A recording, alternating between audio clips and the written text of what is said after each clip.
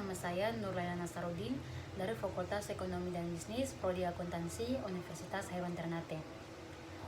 Yang saya hormati Bapak dosen Dr. Suito, SE, MSI, AK, CSRS, CSRA yang telah memberikan tugas tentang apa itu hermeneutika. Langsung saja, berbicara mengenai istilah hermeneutika sama halnya dengan menelusuri kejadian pada masa lalu. Hal ini dikarenakan hermeneutika bukanlah suatu ilmu yang aktual. Ilmu ini muncul berdampingan dengan terciptanya agama dan filsafat. Istilah hermeneutika dalam mitos sering dikaitkan dengan seseorang yang dianggap dewa, yaitu Hermes. Hermeneutika adalah cabang filsafat yang mempelajari tentang interpretasi makna. Namun hermeneutika diambil dari kata kerja dalam bahasa Yunani hermeneun, yang berarti menafsirkan, memberi pemahaman, atau menerjemahkan.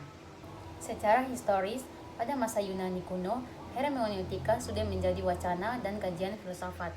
Kemudian, pada masa scholastik, para teolog Kristen menggunakan metode hermeneutik untuk menginterpretasikan kitab suci, dan para hakim menggunakannya ketika menerapkan hukum lama untuk kasus-kasus yang baru sebelumnya belum pernah muncul. Nah, hidup adalah proses atau interpretasi hermeneutika. Manusia tidak dapat menghindar dari membuat interpretasi. Manusia harus senantiasa menafsirkan atau membuat interpretasi, karena ia selalu harus menempatkan diri dalam konteks yang terus berubah-ubah. Menafsirkan merupakan hakikat transendensi manusia dalam menghadapi dan menghindari bahaya imanisasi atau ketenggelaman atau kebekuan eksistensinya. Nah, hermeneutika sebagai ilmu maupun metode mempunyai peran luas dan penting dalam filsafat.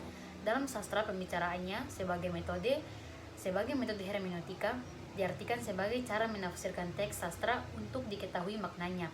Sederhananya, hermeneutika didefinisikan menjadi teori maupun filsafat tentang interpretasi, makna atau penafsiran atau pemahaman, dan proses pengubahan sesuatu atau situasi dari ketidaktahuan menjadi tahu.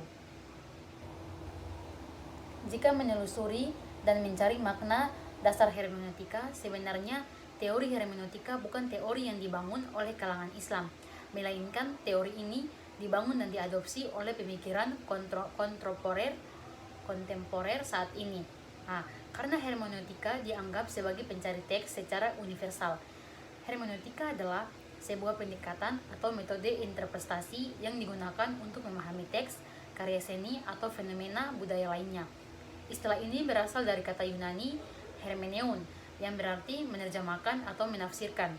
Hermeneutika tidak hanya terbatas pada pemahaman teks-teks klasik atau agama, tetapi juga diterapkan dalam bidang-bidang seperti sastra, sejarah, filsafat, dan ilmu sosial. Pada dasarnya, hermeneutika mengajukan pertanyaan tentang bagaimana kita bisa memahami dan menafsirkan sesuatu dengan benar. Ini melibatkan proses analisis yang mendalam untuk mencari makna di balik teks atau fenomena yang sedang dipelajari. Beberapa prinsip dasar hermeneutika meliputi yang pertama yaitu konteks. Konteks memperhatikan konteks histori, budaya, sosial di mana teks atau fenomena ini muncul. Yang kedua yaitu interpretasi, menggunakan alat-alat interpretatif seperti bahasa, simbol, dan konteks untuk mencari makna yang tersembunyi. Yang ketiga dialog, menganggap interpretasi sebagai proses dialog antara pemahaman masa lalu dan pemahaman saat ini. Yang keempat, refleks kritis, mendorong refleksi kritis terhadap pemahaman yang ada, mengakui bahwa interpretasi bisa saja berubah seiring waktu. Nah, dalam konteks filosofi, hermeneutika juga terkait dengan gagasan bahwa pemahaman tidak pernah sepenuhnya objektif, tetapi selalu terkait dengan konteks dan pengalaman subjektif individu yang melakukan interpretasi. Hermeneutika juga diterapkan dalam analisis sastra, di mana pembaca mencoba memahami makna yang tersembunyi di balik kata-kata struktur naratif yang digunakan oleh penulis. Hermeneutika dalam sepanjang sejarahnya, hermeneutika secara sporadis tumbuh dan berkembang sebagai teori interpretasi. Saat ini diperlukan untuk menerjemahkan literatur otoritatif di bawah kondisi-kondisi yang tidak mengizinkan akses kepadanya karena alasan jarak, ruang, dan waktu, atau pada pedesaan bahasa. atau perbedaan bahasa. Filsafat hermeneutika memperingatkan kita akan bahwa objektivisme di balik pendekatan metodis dan objektifikasi atas investasi ekspresi manusia. Dengan mengembangkan kesadaran mengenai prastruktur, pemahaman filsafat hermeneutika menghindarkan lebih jauh asumsi naif mengenai adanya pengetahuan yang objektif dan netral sepenuhnya. Dalam perkembangan selanjutnya, hermeneutika meluas menjadi sebuah metode kritik yang secara sistematis mengubah bentuk komunikasi.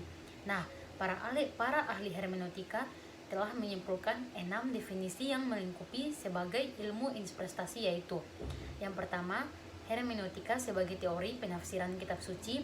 Yang kedua, hermeneutika sebagai metodologi filologi. Yang ketiga, hermeneutika sebagai ilmu pemahaman linguistik. Yang keempat, hermeneutika sebagai dasar atau fondasi metodologi bagi ilmu-ilmu kemanusiaan. Yang kelima, hermeneutika sebagai pemahaman eksistensial dan fenomenologi eksistensi. Dan yang keenam adalah hermeneutika sebagai sistem penafsiran.